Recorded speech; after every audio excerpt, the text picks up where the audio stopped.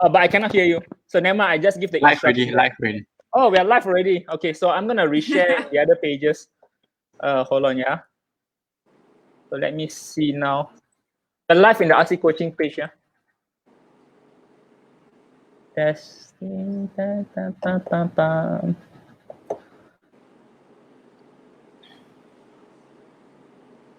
me see.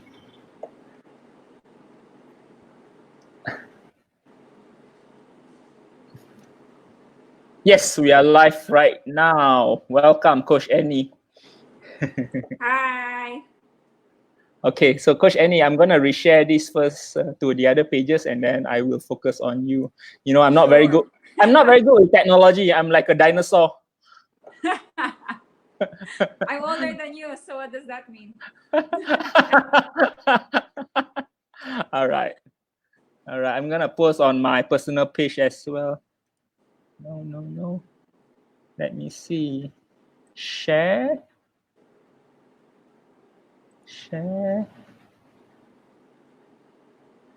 All right.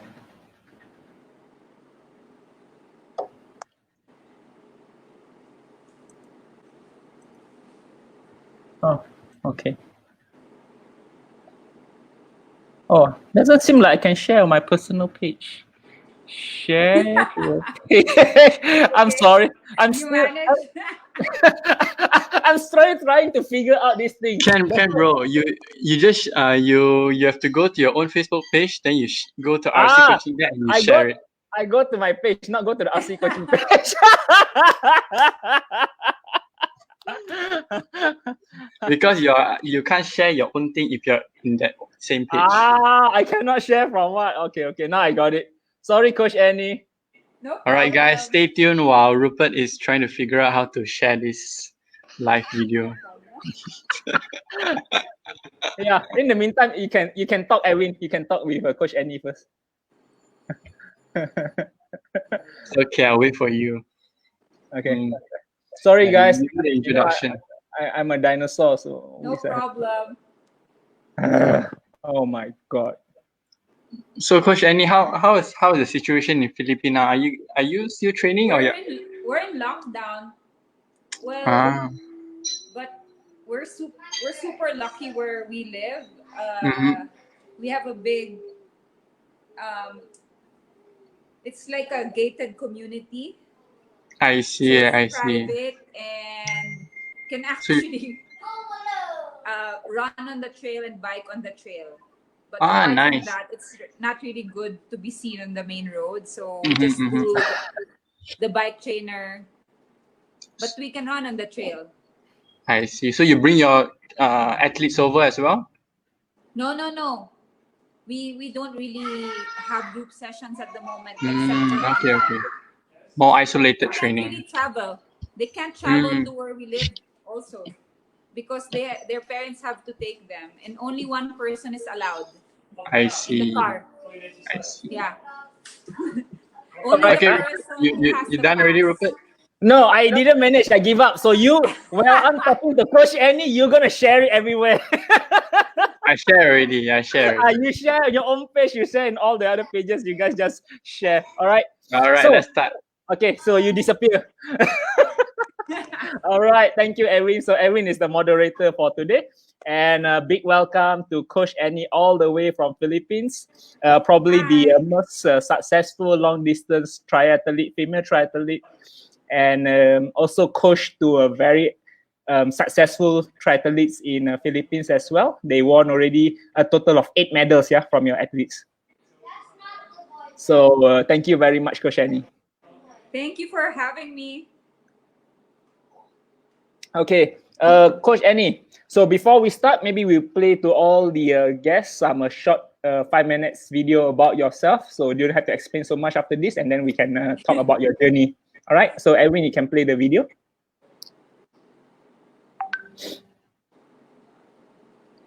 Coach Edwin disappeared.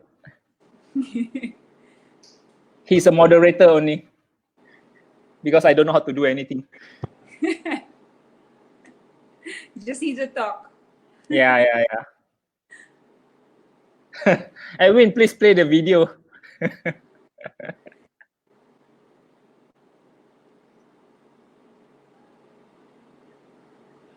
All right.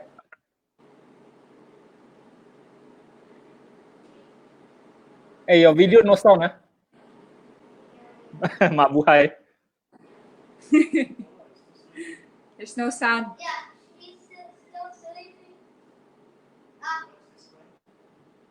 As to how to do. Ah, yes.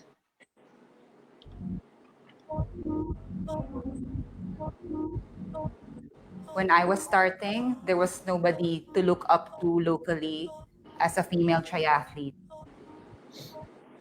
It took a lot of imagination to get to where I am. I didn't really have a clear-cut path as to how to do it. My name is Annie De Leon Brown, and I'm a triathlete from the Philippines.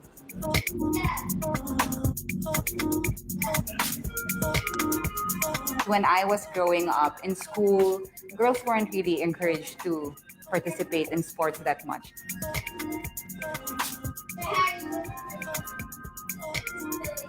When I started biking, of course, we would go out of town and climb mountains. I would be with mostly guys.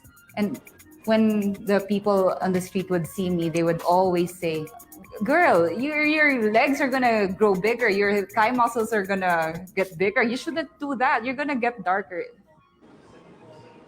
I have 3 national championships titles. So that's for Olympic distance, which is 1.5K swim, 40K bike, and 10K run.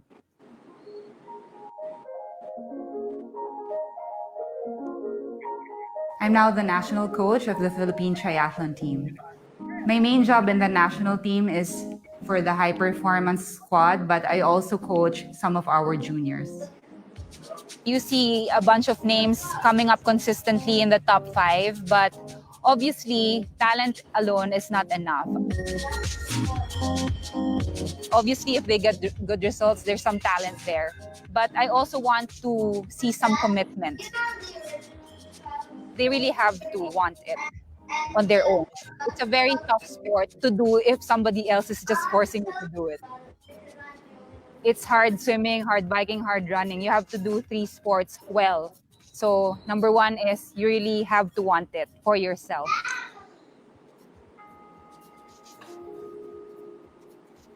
The coaching before wasn't really available. So that's how I started going to Australia. My friend referred me to this coach, Tony Benson, who is based in Melbourne. During my trips to Melbourne to train for triathlon, I was working as an interior designer, but I had to do that freelance. I would work on a project, and once I would finish that and got paid, I would use that money to train and, pay for my living expenses and coaching fees, etc. It's hard to explain. I really love art, and I'm really still into art and design even now. But I think I just got addicted to the rush every time I raced.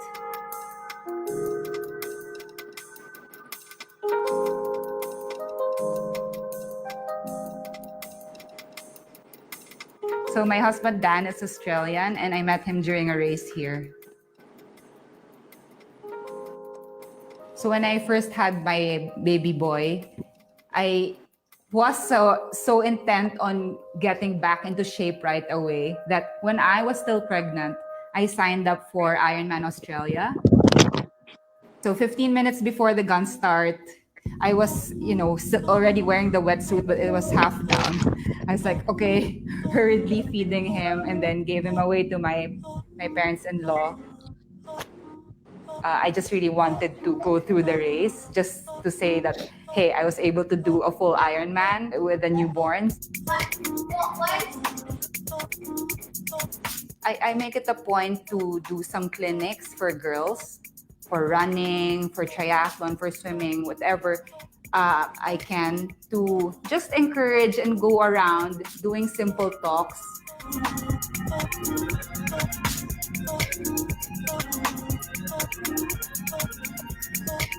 I was the first Filipina to qualify for the Ironman World Championships.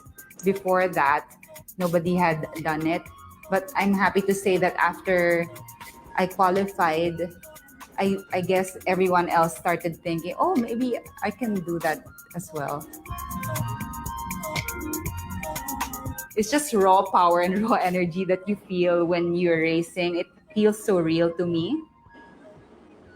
What I like about my sport is if you really work hard at it, you will get results. There are no shortcuts.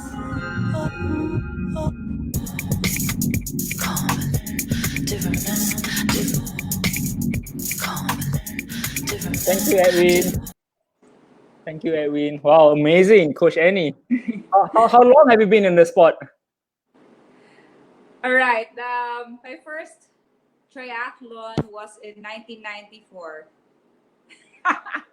That is so what? 26 years. 36 Almost years. 26 years. 26 yes. years. Oh my God. So you must be one of the pioneers in Philippines, I yeah? was Because only at that... 6 years old when I started, Wow. I'm just joking. No, I was 19. You were a I was swimmer, right? 19. Yeah. So maybe you can go back to how you started, and from a swimmer, how did you transition into a triathlete? Yeah. So I wasn't really, we weren't really groomed to be athletes. And then just so happened that my sister got into swimming, and being younger, I followed suit. Mm-hmm. And then I only learned how to swim at 14. Oh, okay. Yeah, I only really learned how to do a proper stroke at 14. And Were you a competitive swimmer? I ended up joining our varsity swim team, and All I right. ended up doing national events as well for swimming. Wow. In a short span of time, yeah, within like 3 to 5 years of doing it seriously. Wow. And then my coaches, who happened to be triathletes, entered a group of us who thought they thought, okay, maybe these swimmers can do the triathlon as cross training. And of course, we just followed our coach. We didn't really know. You didn't know what was going on. That was an extreme cross training event. It was Olympic distance. We didn't have a shorter version. It was only once a year. Right. That time, it was only the Subic International Triathlon. So that was the one chance to do any triathlon if you wanted to join. So it was in the hard portion of the Subic area, the mountainous part for the bike and the run. So that was my first. I walked a lot of it, and I thought I would never do it again. I was so mad. Why did you make us do it? I was just on a borrowed bike. But then, you know what? I think it challenged me to do better. And here I am, 26 years later. And from there on, from the first race, when did you become like a competitive? Because eventually you were SeaGames representative, right? Yes. So take us through the stage. Overnight. I always thought, my sister did triathlons before me because she was older. And then I always thought they were crazy. And then they started doing, taking it up more seriously. And I was always just watching them. At first, I would join a relay. I would be the swimmer. But then I said, okay, I wanna do better on the bike. I finally bought a second-hand bike.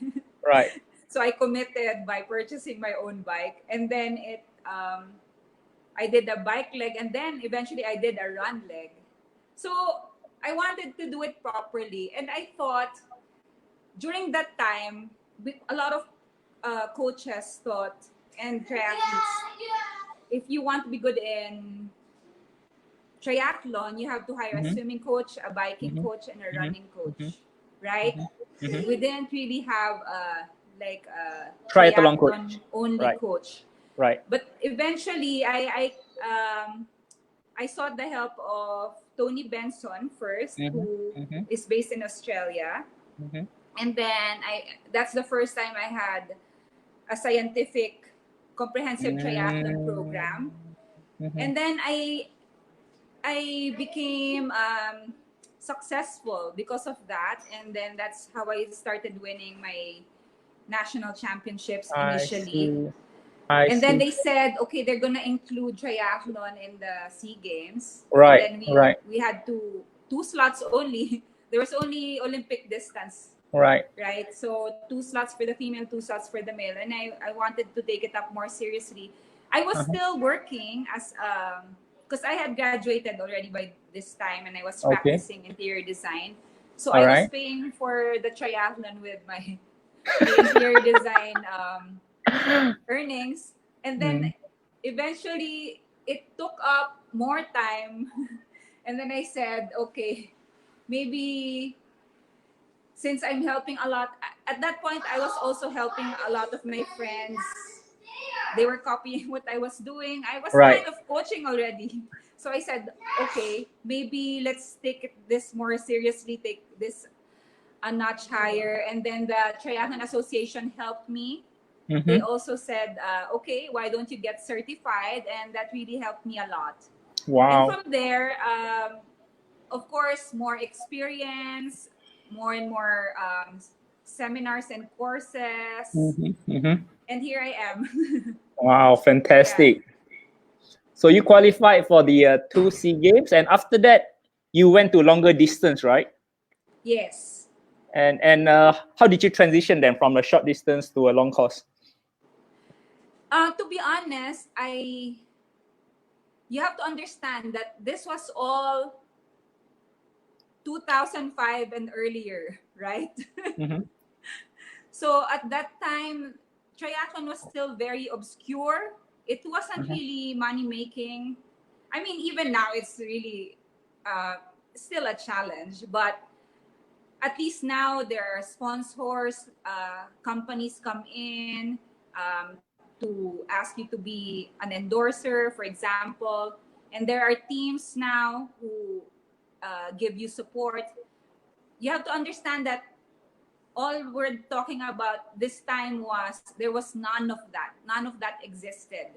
So Right. I was supporting myself. I was working so hard and training hard at the same time. I was basically an age grouper Mm-hmm. who Mm-hmm. tried to train full time. Mm-hmm. Yep. So eventually I got burned out, right? Mm-hmm. Yeah, for sure. I couldn't do it anymore. Yeah. And I stepped back for a year or Uh-huh. so between 2006 and 2007. At some Uh-huh. point I said, I'm not sure if I still want to pursue this. So, I was just really contemplating whether I should pursue or not. And Right. eventually in 2007, I said, okay, I think I want to pursue, Mm. of course, the coaching, Mm. number one. Let's start with the grassroots. I focused on the kids first. Mm-hmm. That's what I decided to do. And then in the competing part, I Mm-hmm. decided to go long distance. I see. So Because I decided to you were switch coaching. gears. So you were Sorry. coaching, and then you were training for long distance at that time. Yeah, so that Ah, was okay. from 2007 onwards. Right, right. But I was still racing for the national team until around 2006. And then I was really burned out after that. And then Oh, wow. after that, I decided, because, again, it really takes a toll on you if Yeah, for there's sure. no environmental support. Yes. Yes. It wasn't set there. It wasn't in place yet at that time. It was more like 2010 onwards that it started to happen. But Right, before right. then, triathlon was still, very much unknown. So yeah, so we have a lot of age groupers listening in, and a lot of them aspire to be to be at your level where they can go to higher level racing, maybe qualify for Kona, and it's not easy to balance between No. working full time and training, especially training for a higher level. It's not easy. And so you Yes. said that you burnt out. Was there was it serious? Yes, it was serious. I stopped for almost a year. Oh, Almost. wow. So it Yeah. was like overtraining and you couldn't. It was more mental. It was more Right. mental. I still enjoyed the physical. I would still bike every now and then, but I didn't Mhm. see like any future. What am I gonna do with this? Am I gonna pursue this sport? But after months of reflection, I came to the conclusion that I really missed it. That I just had to switch focus, and then I dove back in. Yeah, because I have seen in age groupers who are very, very committed in the sport, where they work full time and they were training almost like a pro triathlete as well before work, after work. So they're not getting the rest, right? And I they got burn burned out. out because They burn out. because you have to understand, I was in the national team. That's right. So that was the reason for my burnout. But since I decided to come back as an age grouper, I was more relaxed. It's all a matter of how you frame your mind. Right. So when I went back in, I had a new mindset, and I not such high performance goals, just personal race goals. That's right. Like a time goal, or maybe a race goal. For example, when I did my first Ironman in 2008, I sought to be in the podium. That's all, right? Wow. For example, it's not like I have to beat everybody, So just realistic, something that is doable within the time frame. Right. And because you have to also balance. At that point, of course, I was coaching, and I also prioritize that. That's right. That's right. Even now, yeah. Yeah, of course. If you were to race for yourself, the pressure is less, right, than to be attached to the national federation, because then you have to answer to them if you don't perform, and then they're asking why you're not performing, blah blah blah. So many. Exactly. So You know, right? Yeah. So now when I came back, it was less of that and more just for myself, because I really enjoy it. That's the first thing. I think I even said that in the video earlier. Yeah. You have to do it because you really like it. It's too That's hard of a sport to pursue if you don't like it to begin with. If you're only doing it because your parents asked you to, or your friends are all doing it, you have to commit if you want to do this at a leisurely pace, or you want to have performance goals. You decide that for yourself. All right. So let's talk about your first qualifying in for Kona. Where was that? It was in Malaysia. Ironman Langkawi. 2008. What year was that? Yes. 2008. Wow. I So think it was still in late February that time. yeah, they Super used to do hot. it in February until 2010. was I think was the last one. Yes. I did it 2008 and 2009. So both time you qualified? Sorry? So both time you qualified in Malaysia? Actually, the first time I was first in my age group. The second time I was second. So I missed it. Oh, so only for the first lady, You know, in the female age groups, you have to Right. win. If you get second place, you don't qualify. And I got second. Oh. But it's okay. Yeah, fantastic. So you went to Kona. So how was your experience over in Kona? It was so surreal, because sometimes you reflect on when you started. As I was saying earlier, I thought my sisters were crazy. My sister and her friends were crazy for doing even a half Ironman. I said, that's inhuman. Why would you do that distance, right? And then here I am, like, I've decided to do a full Ironman and qualify for Hawaii. It just shows you that layer by layer, you can find out who you are and how much you want to achieve, and how many challenges you can take on. It really is surprising, because in triathlon you can go on and on and on and on. You know, even, for example, I'm not just talking about distance wise. You know, you can start from mini sprint and then go to sprint, Olympic, and then half, full. Right. I'm just I'm not just talking about goals in terms of distance, but little goals here and there, like getting a sub 40 10K. There are so many things that you can work on within the sport that even now I still find that I can try to tick off one by one. Yeah. So already from there on, you were the first Philippine woman to qualify, right, for Kona, and then consecutively you have done a total of 14 Ironmans. Yes. But I think a lot of people will think that Coach Ennis had done already so many Ironman. It must be like so easy for her, just a walk in the park. That's always, that's the misconception. People come up to me before the race and they say, it's gonna be a walk in the park for you. Are you kidding me? I think it's because you've done 14 times. You know how hard it is. Exactly. It's not like every race, because I did a full Ironman last year, I can just walk up to any other Ironman again and say, okay, I'm well trained. No way. You have to do the work every single time. Yeah. Wow, fantastic. And so let's talk about your coaching then. So I was in the Philippines as well last year, and I saw that your athletes, they were performing so well. Most of the categories for triathlon, you guys won first, second. So, and then I think the how we all noticed was in 2015 during the Singapore Tri, where the Philippines dominated the triathlon scene. So could you repeat the last part? In 2015, we saw the domination of the Philippines triathlete. So maybe you can you tell us how did the Filipinos became suddenly so good in this short span of time in the last 5-6 years?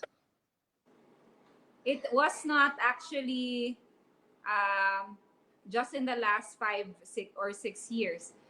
Mm-hmm. What happened was, if you can remember, there wasn't any triathlon in the SeaGames. That's right. Before the Singapore one in 2015. Because I think it was in Laos, Brunei, Cambodia. They didn't include. The last time there was a triathlon event in the SeaGames was in Thailand in 2007. I was already coaching then.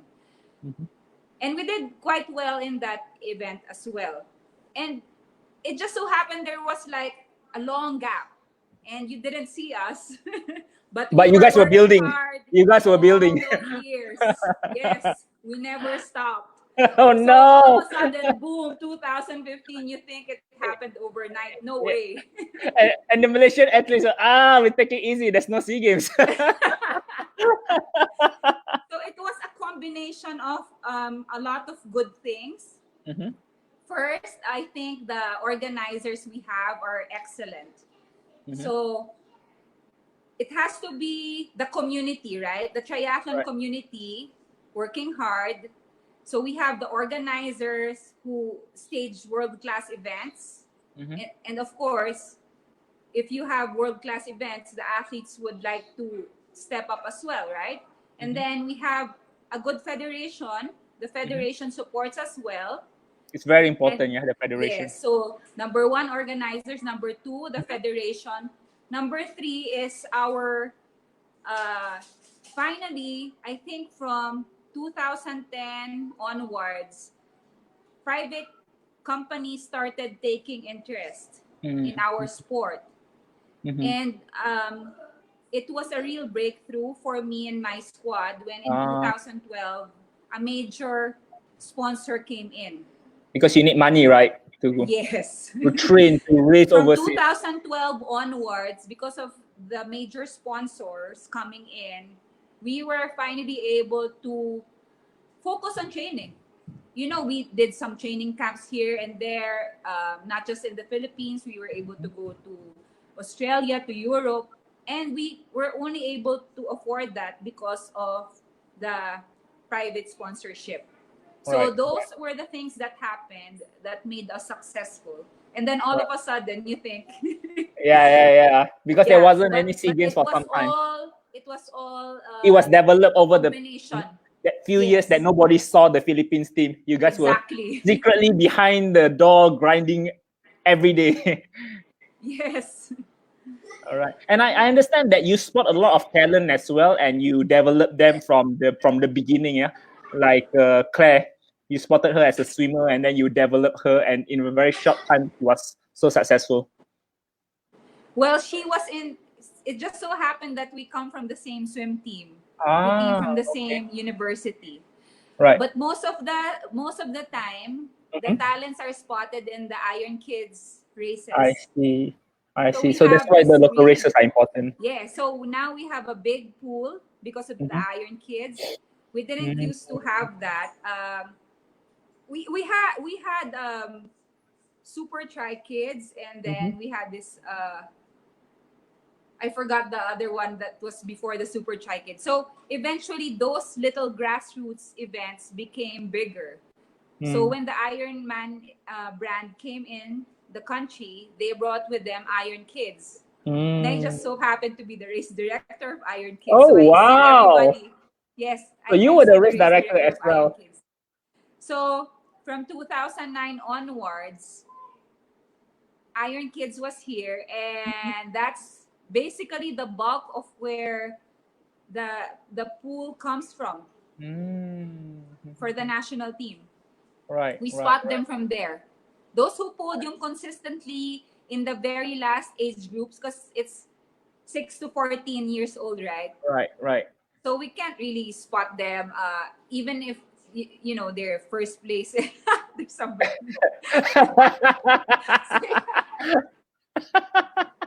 That's my son, Dash. Hi, Dash. Is Dash gonna do triathlon as well? He's done one event. Oh, wow. He's done one event. He can swim. He can swim.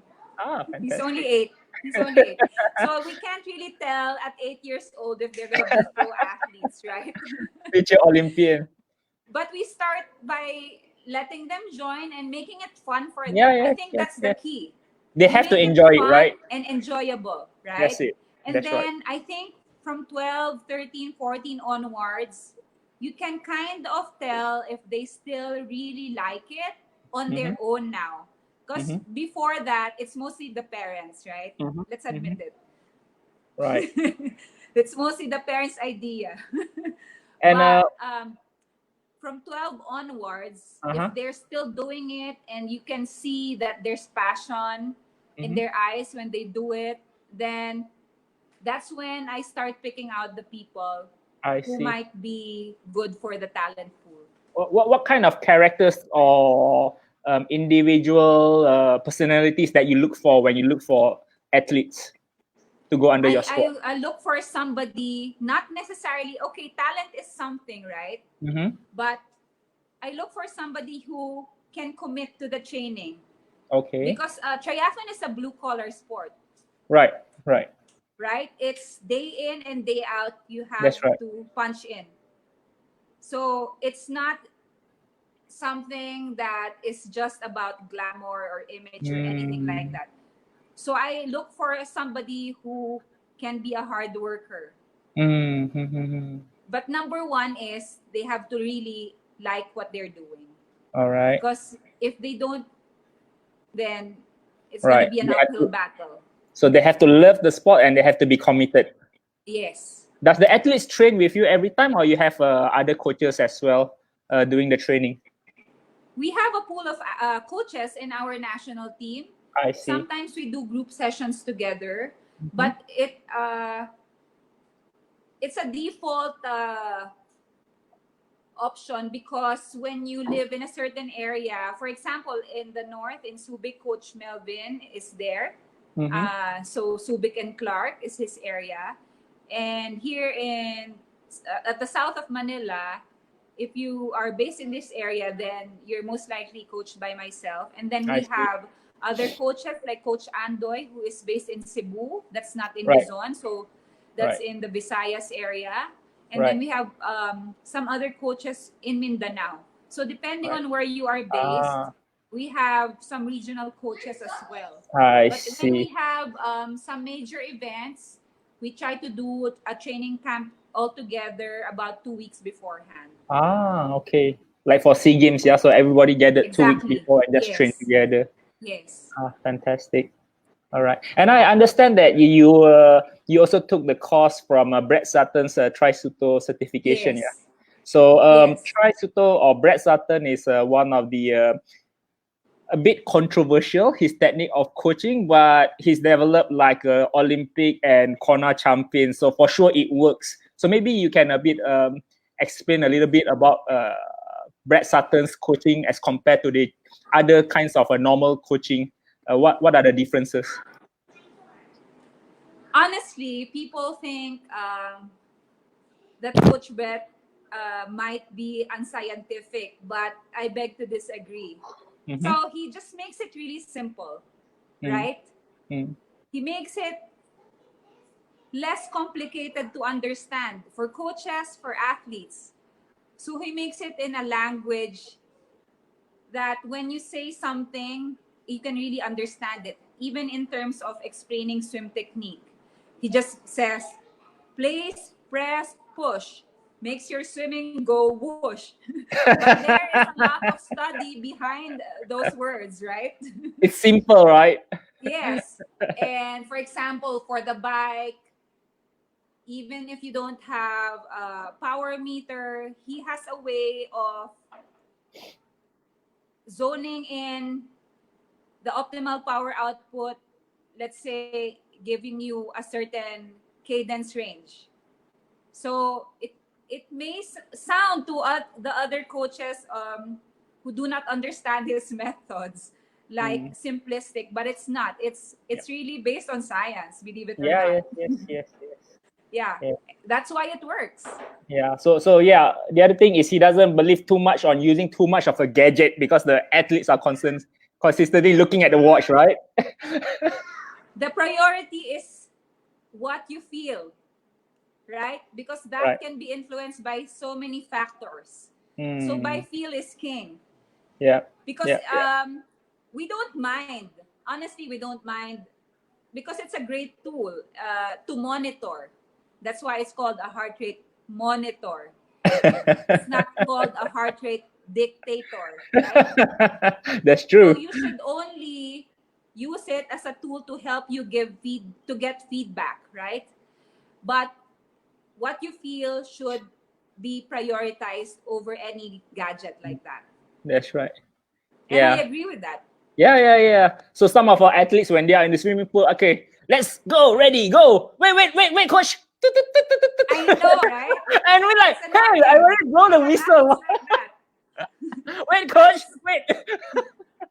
You know, sometimes I get mad and I confiscate all the watches. Oh, no. That rarely happens. Okay, that rarely happens. But I do that sometimes. Right. I have been known to do that in the track oval and in the swimming pool because this is Brett Sutton. when I say You guys fast, don't know him. just go as fast as you can. Okay. Don't look at your watch. Just go hard. Exactly. And also, because you have to trust your brain and your heart. Yes. You have to trust your body. It's the most intelligent tool you can And it's interesting, yeah, because from what I understand, Brett Sutton has never done a single triathlon in his whole life. He has a background of breeding horses, race horses, and he has studied horses, and they've the anatomy, physiology, and what works what works for them when they race. And he applies to human. But okay, that's a good story to tell, right? But honestly, he has studied a lot of the methods of experienced coaches as well. He himself has a long background of being a swimming coach. He comes from a swimming coach family. So his brother is a swimming coach, his dad is a swimming coach. But he also has a lot of studies of other coaching methodologies. Like he's friends with a lot of the old timers like Ron Clark, Arthur Lydiard, all of those people. Right. Whom some of the coaches now may not even know. Yeah. But yeah, he has studied what works for most of those great coaches historically, and he has put them all together. I think that's his gift. Yeah. To be honest. Yes. So I'm very fortunate. I'm actually coached by Coach Matt O'Halloran. Oh So, yeah. So Coach Matt Very good O'Halloran coach. also practices some of Tri-Sutos. Of course, he's one of Tri-Sutos coaches. So I'm very lucky that I learned some of the teachings from Tri-Suto. And also, he believes there's a difference, right, between men and women, and the training should be different as well. That's the other thing. Yeah. Maybe you can explain a bit on that. It's all a matter of even in within the female gender and within the male gender, there is a spectrum, right? Right. So first of all, male and female drastically different because of the testosterone level. That's so true. The higher testosterone level you have, the longer you take to recover, right? So even so that's the number one. And That's now right. you can structure the week Right. just knowing that one fact, right? Right. Because some days the girls, for example, there's a race. Let's just say there's a race on Sunday. You can keep training the girls until Friday. Right. But the boys, Wednesday, Thursday, have to take it easy already. Right. Okay? Right. They recover longer. They recover longer because of higher testosterone. Yes. But even within that gender, for example, not all males have the same amount of testosterone. I agree. So somebody who has more hair, you will know. Somebody who has more hair. The hairy ones, a lot of testosterone. The hairy ones and the more The ball ones, have more testosterone. That's Those right. are the guys who recover even slower than right. the guys who have not much hair and and just a lean build. That's right. So if you know those things, then you can kind of structure their week. Even the intensity, right, for the men and women should be different. Yes. Because women, they are better fat burners, but they have lack of speed, and the intensity should be higher compared to men, right? Also, there's a psychological aspect as well. So females, in general, know how to pace themselves better. That's right. They're more conservative. I mean, you can see it in the races, right? For sure. All my young boys. I don't need to say much. Every one of the boys, they will overtake me in the bike leg. Off the bike run. the first 1-2 kilometers. After that, they start walking.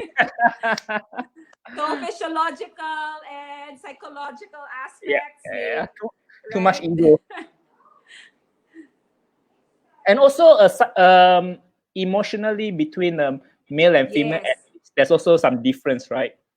Yes. And how you approach as a coach on a male and female athlete should be different, right? Yes.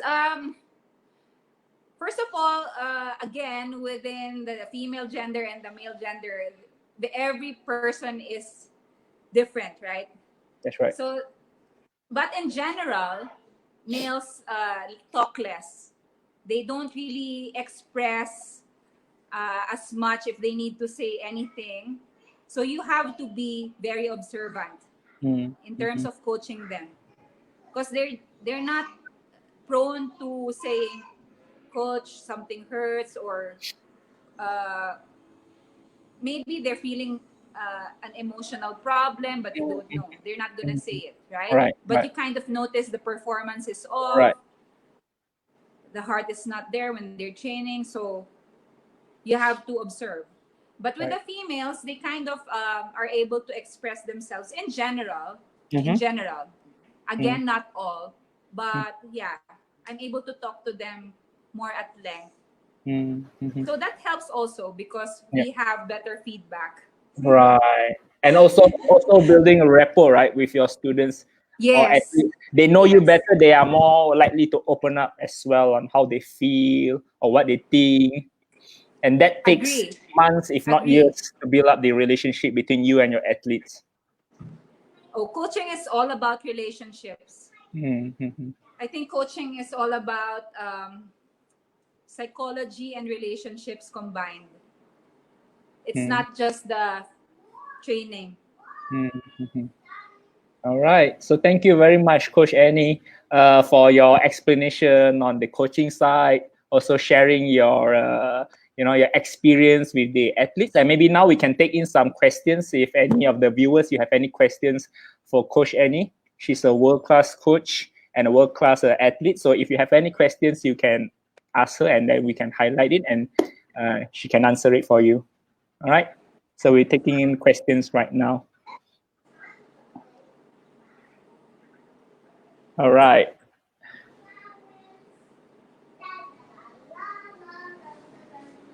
Oh yeah. So the other thing, also I'm very interested with the Brett Sutton's coaching is the reverse periodization, right?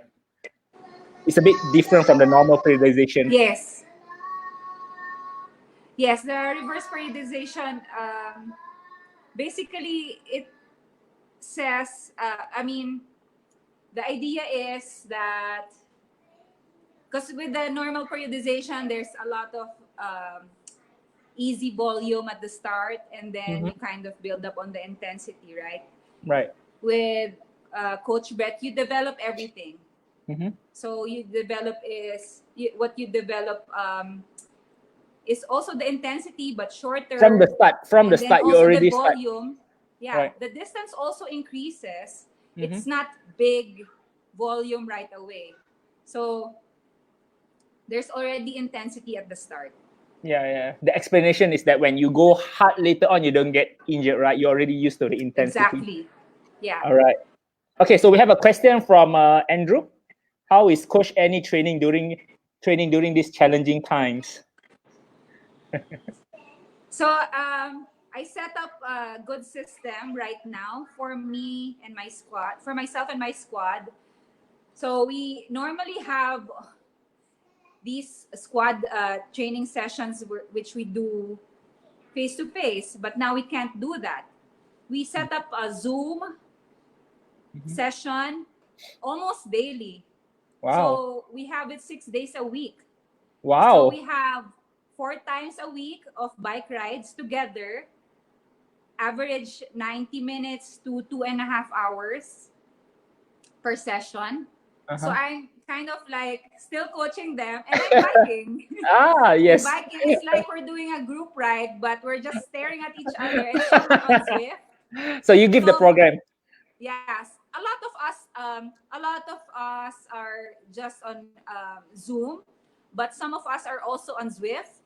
So those who have Zwift, while I'm coaching, while I'm giving the interval, right, they're on the Zwift as well. So I see. It's kind of it's great because we have more attendance than normal.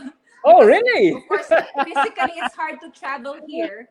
That's For right. the kids who have school normally on the weekdays, right, they can the attendance is better just on the weekends. But now, even on weekdays, the attendance is better for the school kids. Yeah, and then apart from the 4 times weekly bike rides, we have the 2 times weekly core and strengthening sessions done together because it's a bit hard to do that on your own. Let's admit it.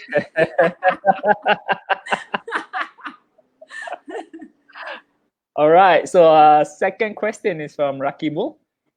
He says Rakibul. that he's a duathlete contributing to my community in Dhaka, Bangladesh for triathlon and duathlon. Multisport is not a popular sport in my country so far, and federation probably is not excited to work on it. But I see people nowadays started multisport as their lifestyle in my community. We, a few athletes, want to level multisports up in the competition level. We have a coach from abroad to teach us online. What would you suggest and where to start? All right, thanks Rakibul for your question. Very long question. Okay, so the triathlon, the community here grew. I was explaining earlier to Coach Rupert, right? Right. it was a number of different factors: the organizers, the federation, and the private sponsorship.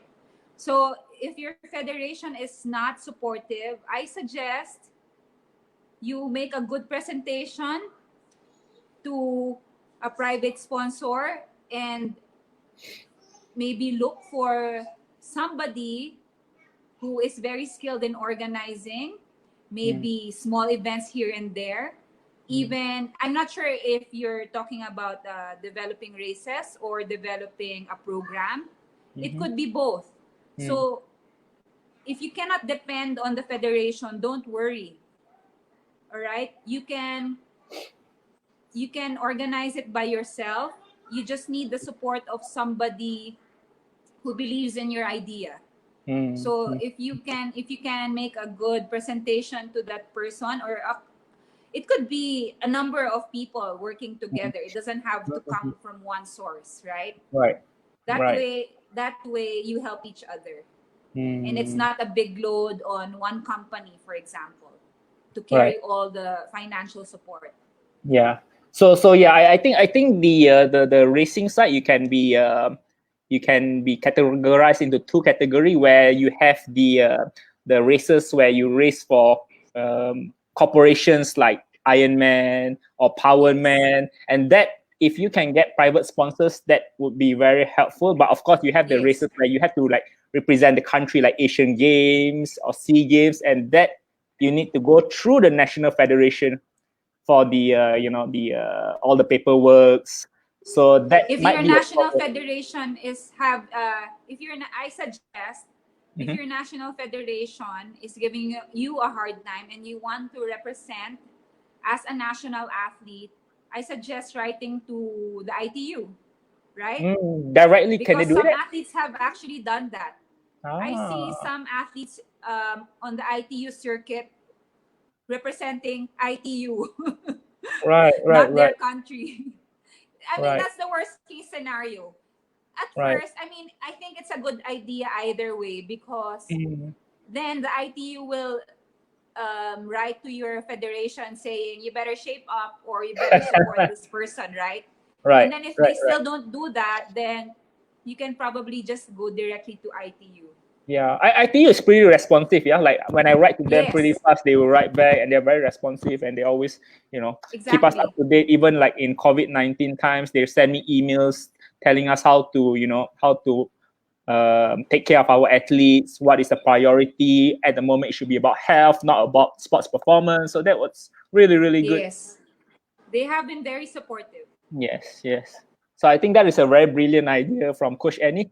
If your national federation is not active or giving you problem, go directly to ITU. You can get their emails on the website, and they are very responsive.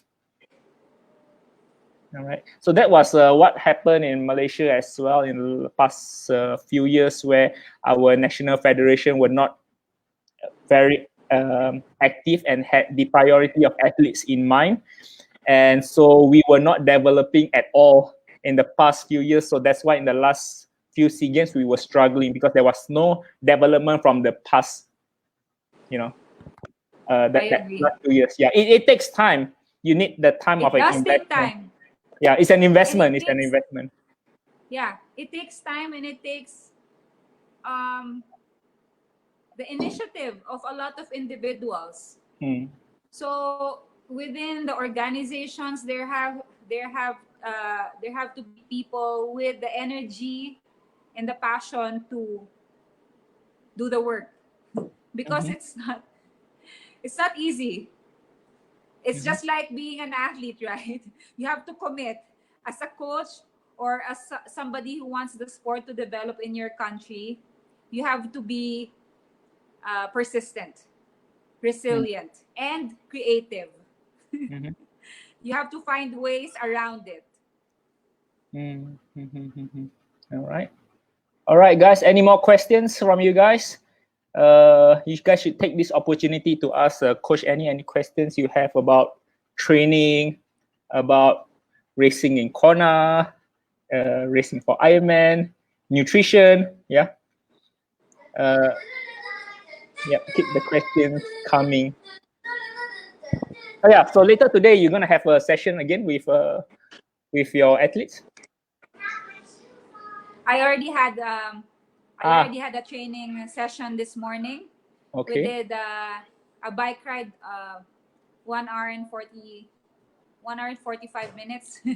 Okay, so So, great. I can capture you yeah. as long as I want. All right, a question from Ridwan. Yes.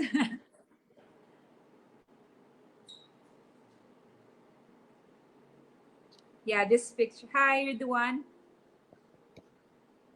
Okay. I have I three have kids. kids, Yeah. three kids, 6, 8, and 10. How should I approach it? Okay, the first thing, they're all really young, right? They're all really young. Even the 10 years old, the 10-year-old kid is still young. What I always say is make it fun for them. Make it fun. I have a lot of iron kids, and I can't control everybody because I'm just the race director. I'm just part of the organizing committee. But I see parents sometimes, they push and push their kids at such a young age. By the time they're 14 and 15, you don't see the kid anymore, right? They burn So out. number one, make it fun for them. Don't make them feel like, okay, I don't know who you are. I am just giving some examples, right, of extreme cases where I see if the kid doesn't perform well, the parents get really angry. Oh no. So number one, make sure they love it and enjoy it, and make sure whatever there is. Number two, make sure whatever the result is in their races, you are supportive, right? And that you should relate to them that it doesn't matter if they win or not. The important thing is they're enjoying what they're doing and they're slowly getting better. So when they are at that age, 15 years old and lower, you can load them with swimming, right? Swim, swim, swim, swim, swim. You can't load them too much on the run and the bike especially. You can do a lot of short runs. Short running is good, so they a lot of already techniques and have, drills, yeah. yeah, a lot of that. But you cannot do a lot of overloading of the bike. The swim, on the other hand, at that age, you can. But again, it all is very individual. You have to check with your child. If you can kind of gauge, even if they're siblings, they will be different. Because I have children, right? Right. And I've coached kids who have brothers and sisters. I see them, even if they're siblings, they can still be different. One you can really push, and one is not so keen to train every day. So you have to observe again. But in general, you can give them a lot of swimming. And then when they reach around 12 or 13, you can talk to them and kind of gauge, do you still really want to level up, or you pursue the sport, you want to commit to training a little bit more? Then you can start pushing them from that age onwards. But slowly. If you look at the ITU website, there are guidelines. That's right. Okay, so Ridwan, if you want to look at the guidelines of the development in relation to age, you can see there that there are suggestions. Those are suggestions. Again, every child is different. Your background may be swimming, so you can do more. But they have recommendations of what distance should be done for certain age groups. Yeah. So And the skills out as well. And the skills to develop as they are Exactly. growing older, right? What is the emphasis when they are younger? Let me see if I can, exactly. let me see if I can find that coach development. Cycling, swimming. It's under the sports science, is it? Coaching and Yes. components. They have it there. So you can just search it. I'm not exactly sure. Yeah. Now I'm trying to link open it. But you can find it there. Yeah. Probably I can send it to read. Well, hold on, let me see. Yes. Structuring training. But that's what even Coach Beth told me. 15 years old and below, you can load them with swimming.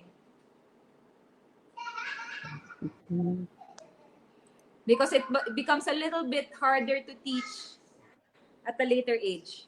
Right. It's more, like a 3-dimensional sport as opposed to biking and running, right?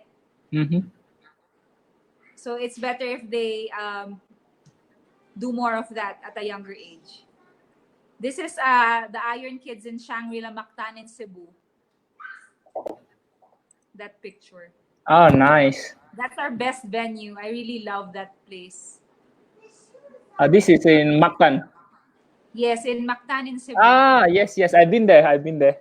For the Cebu 70.3. Beautiful beach, right? Yeah. Well, I was watching the 70.3. It was Asian Championship, Yes. I think. So yes. Craig Alexander was there, and a lot of the champions. Yeah. Team Reed, I think Team Reed won the race. Oh, so fantastic. Wearing a swim trunk. Yes. I wonder how does he race in that.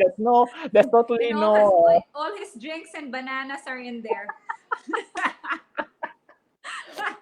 It's like nutrition, everything is stuck in there. Oh my god. Oh, this is in Super League. This was in Singapore last year. Right. Super League. Yeah. You've seen so many athletes over there. These are the junior guys. Oh yeah, there's one girl, Lauren. The girls, and then we had girls join the pro. Claire and Kim joined the pro category. Nice. Oh, wow. So you have 2 pros. All right.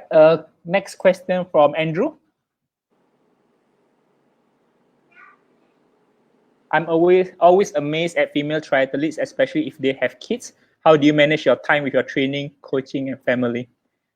Yeah, I think a lot of our athletes can relate to this. It's hard. I wake up early. Personally, I'm always the earliest to wake up. I'm normally between 5 to 5:30. I'm already doing something. So that's number 1. Okay, but we sleep early too. We have to sleep early because the kids follow our schedule. So if we're not asleep by 9:30 or so, then they're also up. So you have to understand that the kids need routine. Especially for me, I have a 4-year-old and an 8-year-old. They need a good pattern. Especially now, it was easier when they had school, right? Now they don't have school because nobody can go to school. So they're always at home, always running. Especially now. Yes, they're just. Especially now, it's important to establish a routine. So number 1 is the sleeping schedule. If you have young kids, they have to follow you. And then for me, I wake up early. I get a lot of things done at that time. So by the time the kids wake up, between 6:30 to 7, I've already done a workout. So by the time they've gone to school, when they're in school, that's when I do a lot of the errands, right? And when they're at school, that's when the morning training is done as well. Let's say from 8 a.m. onwards for my squad. And then in the afternoon, this is during a typical, now it's kind of weird, right? Yes. Normally I have coaching morning and coaching in the afternoon for the squad. And in between, that's when I do any admin stuff that I have to do, or meetings, or errands, grocery, So not then. Yeah. But then for me, I'm training also for myself, apart from the coaching. Number 1, you have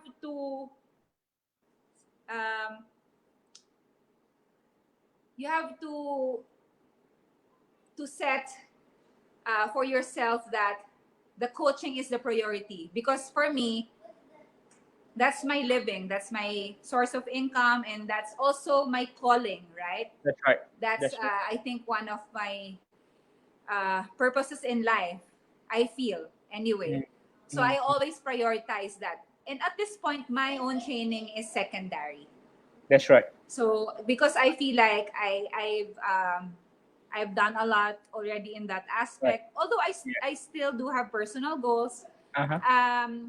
My main priority is the coaching. Right. So in the afternoon, after I've done the coaching for the squad, I do a little bit. Right. I only do really not very long workouts, except for the weekends wherein I can join them for their long ride and their long run. But when I coach their swimming or when I coach them at the track oval, I don't really join them. I'm kind of just standing or jogging on the grass, you know. And then I do my training, which is very short for myself, before or after. So, you know, it's just a matter of prioritizing. Kevin, what would you advise an age grouper? Training, I was in the split training. Okay, in terms of time management. Yeah, Kevin is doing more on the long distance triathlon. So we're talking about 70.3 and Ironman, yeah? Yeah. Yeah, so it's a bit different when we're talking about short distance and long distance racing. So we're talking about a long distance Ironman training. You know, initially, people think that because they're doing long distance triathlon training, they should ditch the swim and focus on longer bike rides and longer runs, and they swim only once a week, right? Am I right? I totally don't swim, and then like 2 weeks before the race, only they go into the pool. Exactly. That's common. Let's admit it, right? Let's be honest. Yeah. But honestly, there are a lot of gains to be made if you swim a lot. If you, okay, let's say you don't have to swim very long each time, but I find that especially with the overloading of the bike and run, if you don't swim, you recover so much slower. That's right. So there are 2 reasons why you should, a number of reasons, not just 2. Yeah. So number 1, of course, there's a swim involved in long distance. It's still long. It's 3.8 kilometers, right? And if you don't finish that, you can't go on your bike. You can't go on the bike if you don't finish your swimming. When you start your bike ride, it's 180K. You don't want to start tired. So if you haven't been swimming much, then you will start that bike ride tired. That's number 1. And then after that, you also need to swim throughout the week, because as you do a lot of long rides and long runs, that will help you recover faster. We you know, the beauty of the Trisato program, it's also in the combination of the workouts. Right. So maybe the main session for the day is a hard run, but you can swim after that. Maybe not immediately after, or maybe in the afternoon. Maybe you do the hard run or a hard bike ride in the morning, but you can do a short swim immediately after, or in the afternoon, or during the at midday. All right. You'll find that if you have a second workout in the afternoon, maybe a second bike ride or a second run, you'll be much fresher. Your legs will be much better. The double session. And then in the process, you're also working on your swim, right? And then you're also working on you're always building your aerobic engine. That's right. All right. So I would suggest, I know it seems like you should prioritize the bike and run because distance-wise, they're really long. But that's the main thing I would tell everybody, not to ditch the swim and maximize it. Yeah. Because swimming as well, on the 2 other sports. Yeah, so swimming as well, it doesn't the risk of injury is low, and it builds as well your aerobic system without injuring yourself. So it is important. So Kevin, please come to our swim training after the after the quarantine. Please come for swim training. I haven't seen you in a pool long time. Great. All right. All right, so Rakibul, to increase knowledge about triathlon, duathlon, would you please suggest any book or website to follow? Oh, in this day and age, you can find inspiration from a lot of places. Of course, I would recommend trisato.com. Trisato.com is very good. And then the ITU website, triathlon.org. And apart from that, I actually get a lot of information following athletes, following professional athletes, following age group athletes. A lot of them are very good at sharing their training and their racing experiences and their learnings.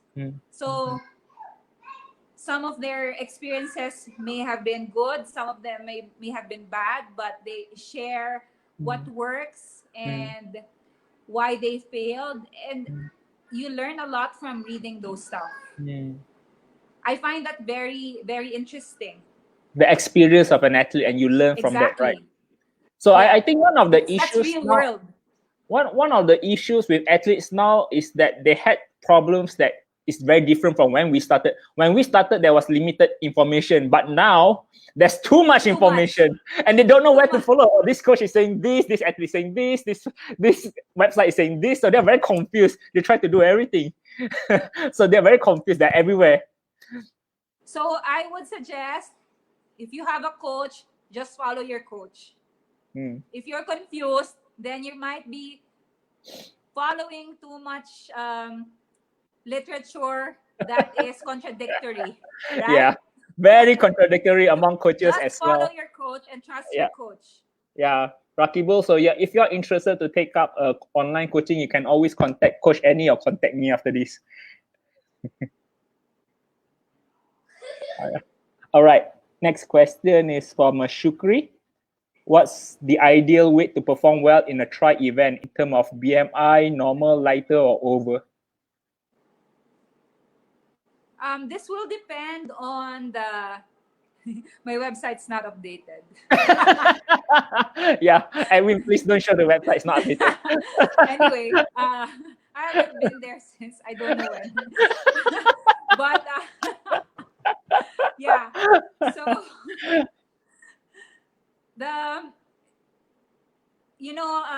in long distance, you need to be more strong than anything. And I find that I find a lot of bigger people,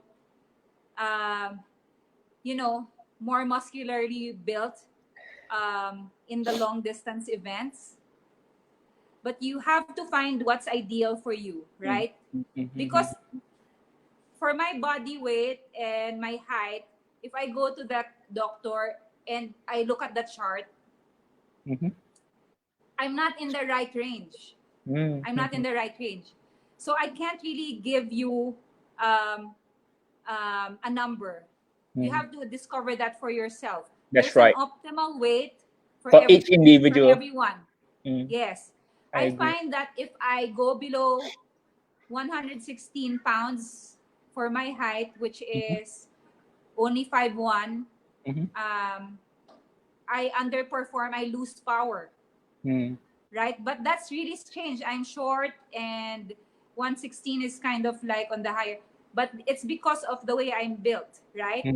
So you have to find what works for you.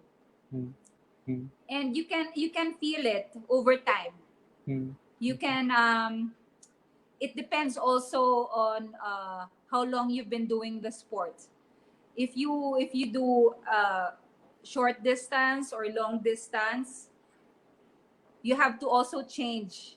You also have to change your approach and maybe your body shape or weight, right? That's right. For longer distance racing in general, a slightly more well-built, more muscular athletes is always advantage because you have the muscles to take in the pounding of the race because the race is long, and then you have more strength-based. You have more reserve as well to if you need for longer distance race, especially on the last 20 kilometers of the run where you need something. If you're too skinny, you have nothing. You have nothing to draw back. So the famous bonk. The famous bong, the Ironman shuffle. All right. What's my pre-race routine? In terms of motivation, it starts long before the race. Long before the race. It's not just one day. Few days before, 1 week before. Yes. To make sure I am not nervous, because it's hard to do an optimal performance if you're too nervous about something, right? It's good to be nervous about an event. It means you really enjoy what you're doing. You really care about what you're doing. That's true. But for me, preparation is key. So if I know that I prepared well, I show up on race day well prepared, then that already helps me psychologically. Right? So it starts long before. Also with the nutrition. So pre-race meal, I normally eat either an oatmeal with banana or a banana with peanut butter. If it's just 70.3 or shorter. But for a full Ironman, I maybe 2 bananas. And normally, how many hours before? Again, you start days before, right? So yeah. How many hours before the race did you start the eating? You don't really need to carbo load for a sprint, honestly. Right. But if you're doing a 70.3 or a full Ironman, you need to load up a few days before, at least 2 days before. All right. On race morning, if I need to eat a lot, then I make sure there's a bigger gap. The bigger the meal, the longer the gap should be from the gun start. Right. So, for example, if you want to sleep more, then if you only wake up an hour and a half before the race, then you can't eat much. Okay, you can only have a very, very light snack. But if you know that you're doing a full Ironman, aim to wake up a few hours earlier so you can eat a heftier meal. Because it takes time to digest. Remember, you have to go to the toilet. And you don't want to go to the toilet at the race start. Oh, man. Not before. You want to go to the toilet before the race, not during. It's very, very messy. So you have to give allowance for that. So if you know what works for you in terms of helping you go to the bathroom, for me, it's just a cup of coffee and I'm good to go.